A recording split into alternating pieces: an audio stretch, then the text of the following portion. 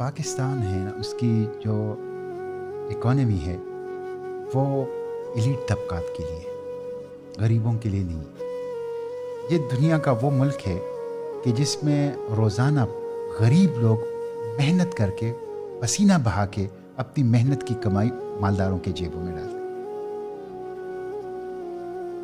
1% republic, privilege class کا ملک، اشرافیہ کے نام پر بدماشیہ کا ملک یہ پاکستان. آپ 17.4 ارب ڈالر UNDP کہتا ہے کہ ہمارے جو ایلیٹ کلاس ہے وہ پریویلیجز میں، ٹیکس کنسیشنز میں، ٹیکس ایویژن میں، گرانٹس میں اور سبسڈیز میں لیتے ہیں. 17.4 ارب ڈالر، 50% بجٹ ہے پاکستان کا. اور یہ کون لے رہا ہے؟ 10 طبقات ہیں، جس میں سے کارپوریٹ سیکٹر، بڑے بزنس مین جو ہاں، اور جاگیردار، ملٹری بیوروکریسی اور سیول بیوروکریسی.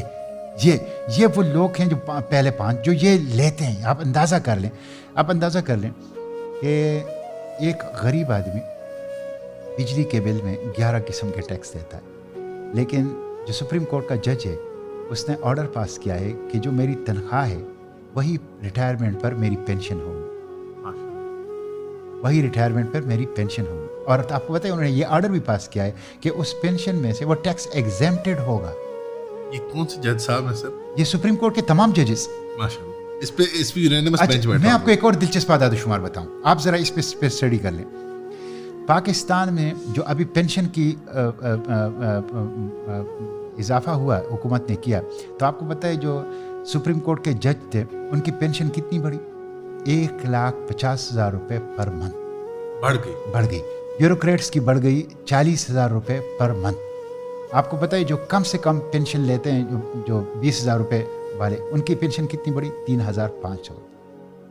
آپ کو پتہ ہے پاکستان میں جو کم سے کم تنخواہیں اور زیادہ سے زیادہ جو کم سے کم پینشن ہے اور زیادہ سے زیادہ پینشن ہے، اس میں ریشو کیا ہے؟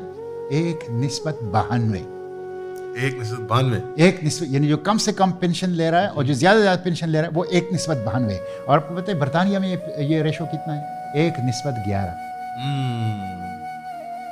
یہ ظلم کا نظام ہے، یہ ظلم کا نظام ہے یہاں پہ. یعنی شاہ سے آگے شاہ کے بندے والی بات ہے. نہیں جی، یہاں پہ برٹش کا نظام ہم نے اتنا آگے کھینچ دیا. یہاں پہ اتنا مطلب یہ ہے سیول بیوروکریسی، ملٹری بیوروکریسی، ججز، حکمران، سیاستدان یہ کھا رہے ہیں اس ملک کو.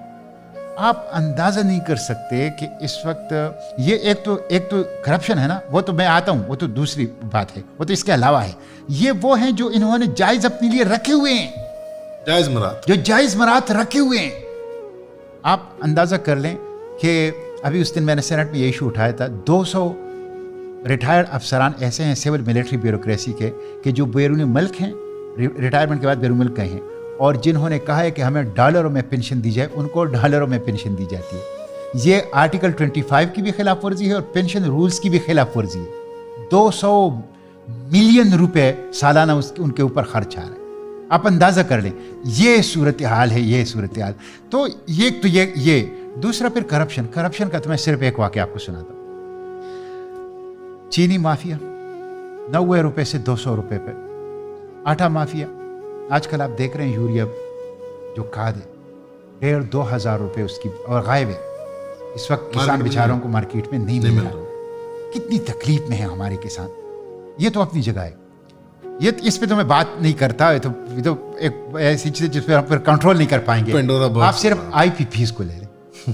ان کی کیپیسٹی چارجز کے مد میں اس سال پاکستان 2,200 ارب روپے ان کو دے گا. کیپیسٹی چارجز کا مطلب ہے بجلی نہ بنانے کے پیسے دینا.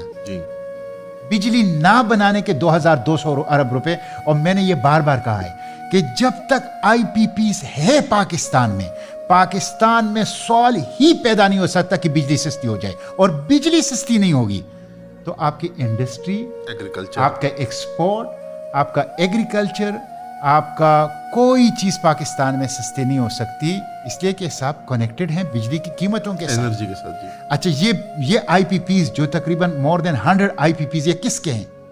یہ سب جرنیلوں کے، سیاستدانوں کے، حکمرانوں کے، یہ ان کے ہیں. آپ دیکھیں یہ سب فراڈ انہوں نے کیا ہے.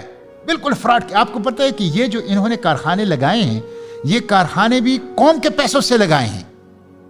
یعنی وہ جو ان کو 30% اپنی دینی تھی وہ انہوں نے بیرون ملک سے جو کارخانے منگوائے ان کے ساتھ لین دین کر کے وہ بھی انہوں نے اوور انوائسنگ کر کے وہ بھی اسی میں ڈال دی.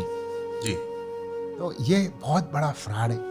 اور اس وقت پاکستان جو ہیں وہ اشرافیہ جمہوریہ پاکستان بن گئے, اسلامی جمہوریہ پاکستان نہیں ہے. یہ بہت بدقسمتی.